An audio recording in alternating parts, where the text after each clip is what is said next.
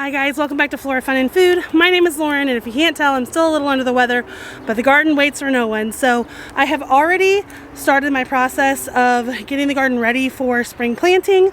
So I have raked out all of the leaves that I could get, not all of them, but most of them. And I need to redo my mulch because it's been 2 years since I put mulch down and it's all kind of decomposed and disintegrated back down to dirt.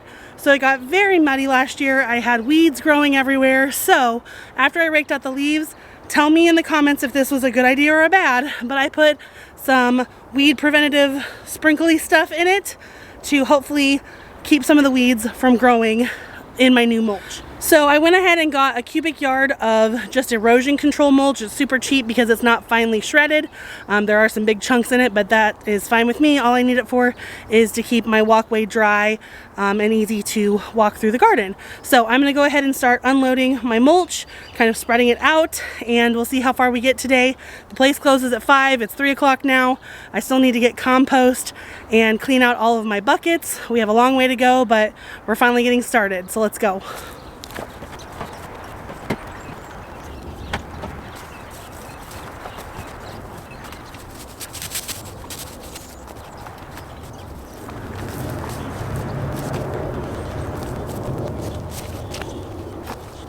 All right, 1 cubic yard, which is a full truck bed, did half of my garden. So back to the mulch place and finishing up. All right, good morning. It is day 2. Yesterday I got all of the mulch put down around my garden buckets and I pulled a few weeds here and there. So today it is time to clean out the buckets from last year's dead crops and top it off with some nice rich compost. I'm gonna be making a lot of trips to the compost place because these buckets have really compressed down, the dirt has, and it just needs a nice refresh. So it's gonna be a long day, but it's gonna be so worth it. Let's go. Before I get started, I wanted to test my soil compared to the new compost. I bought some pH testing strips specifically made for soil. So I really want to see the difference because I did not have great success last year. And I think it was because I hadn't amended my soil correctly. And so let's give this a look and see what the difference is. So all I have is a little mason jar of water, and I'm going to add a nice big handful of soil into it, shake it up, give it a couple minutes to settle, and then I'll test the water with the pH strip. So this one will be our current garden. All right, so I'm literally just gonna pop this in there, close the lid, shake it up so that the water can start absorbing all the stuff in the soil. We'll give it a couple of minutes to settle back down and then we'll test it. So then with this one, we're gonna test the new compost.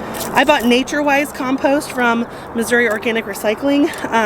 It is used in different places around my area, like Powell Gardens, the Kansas City Community Gardens, lots of places that have really, you know, their whole business is gardening. So I'm hoping that this is quality stuff and that we get some good growth this year. So we'll just take a nice handful. It does have some wood chips and things in it, but that's all right. Screw the lid on, give it a shake, and then wait a few minutes. While we wait, I'm going to show you what I bought. This is Garden Tutor Soil pH Test Strips, and it is made specifically for testing soil. I believe you can use any sort of pH testing strips, like for pools and things like that, but I bought this just to be extra sure it was accurate for my soil because I really think that that was my issue last year. And now that we're getting a nice head start in the spring here, last year, about a year ago actually today, I had major shoulder surgery, so I wasn't able to get out here and do all the prep that I wanted to. So this year hopefully will be better. All right, let's get these opened up and test our water. Okay, according to this little booklet that it came with, sour soil is going to be more acidic, and it's, you know, a 4, 5, 6-ish, and alkaline soil is going to be 7 through 9. Optimal plant growth is going to happen right in between 6 and 7, so 6.5 is kind of where I'm hoping that this new compost lands us. It's got, you know, the nitrogen, the phosphorus, and the potassium that we need just for an all-around good soil. All right, so the directions tell us to dip our strip into our water soil solution for 3 seconds. 2, 3. Pull it out, shake it vigorously to get all the extra dirt off. and then wait about 60 seconds to color match on the bottle. And so then here on the bottle we have the different color alignments for the different pH ranges. So wait a couple more seconds and we'll start looking to see what we've got. Alright, so now I'm gonna look and see kind of where this falls. My pink is fairly dark, so is my orange. So I think this lines up to about a 7.5, which is on the more alkaline side. So my original soil is not terrible. So let's see what the new compost is. And then this is my new compost, which looks to be kind of in the same range. Maybe a little closer. Well, I don't know, guys. I think it's about a 7.5 as well. So we'll see if this does anything. It needed a top up anyway, but I was just curious to see what the soil was. I may test other buckets that I have, but let's go ahead and get started before we run out of daylight.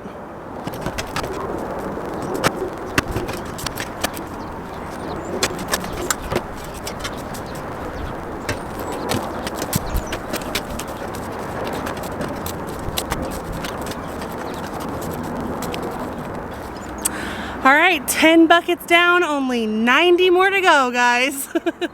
I also wanted to show you this while I was out here. This is what I put down before putting the mulch down around all my buckets. Tell me in the comments if this was a mistake or a good thing. I have crabgrass and stuff growing in my mulch, even though when I built this, I put a layer of weed barrier cloth down and I've mulched it a couple of times now. So this was my kind of idea this year, so let me know if that was a bad idea. My plan when the buckets are full of brand new compost, I'm going to go ahead and put a layer of straw on top of it just to prevent any weeds from emerging in my compost before I'm out here planting things. And then I'm going to give everything a really good water so that the straw kind of stays in the buckets and the mulch gets a nice fresh watering. Alright, I have been doing this for about 8 hours now. My voice is about gone. I'm sweaty, I'm tired, I'm sore, but we got all of the buckets, and I actually have 105 of them. I counted them. 105 buckets filled with compost. They're ready to go. All the weeds are out. Everything is in the compost that was last year's crops. So I am too tired today to add fertilizer and straw on top, but I'm going to do that first thing in the morning. So I just have some chicken manure fertilizer that I'm going to use. I also have some biochar that I bought from the compost place. Now the last thing I'm going to do today, sorry about my voice, it's gone, is check on this bed here. I actually planted garlic last year and apparently I didn't pick it all because there's a whole bunch of garlic coming up. So that's exciting. I pulled all the weeds. So I have this much compost left over in the truck. I'm just going to go ahead and add that to the garlic bed because that was going to be my flowers bed. And I don't think it's going to hurt anything. I've yanked all the weeds. I've cleared it out. So we're just going to pile some compost on top and I'm sure the garlic will be fine. If not, it was a surprise anyway. So that is the last thing I'm going to do today because I am so sore and tired. I'm going to go inside and shower and we will fertilize and straw mulch everything tomorrow. But if you guys enjoyed this video, please give it a thumbs up and head over to my channel to subscribe for more content like this. And I hope to see you again very soon. Thanks, guys. Bye.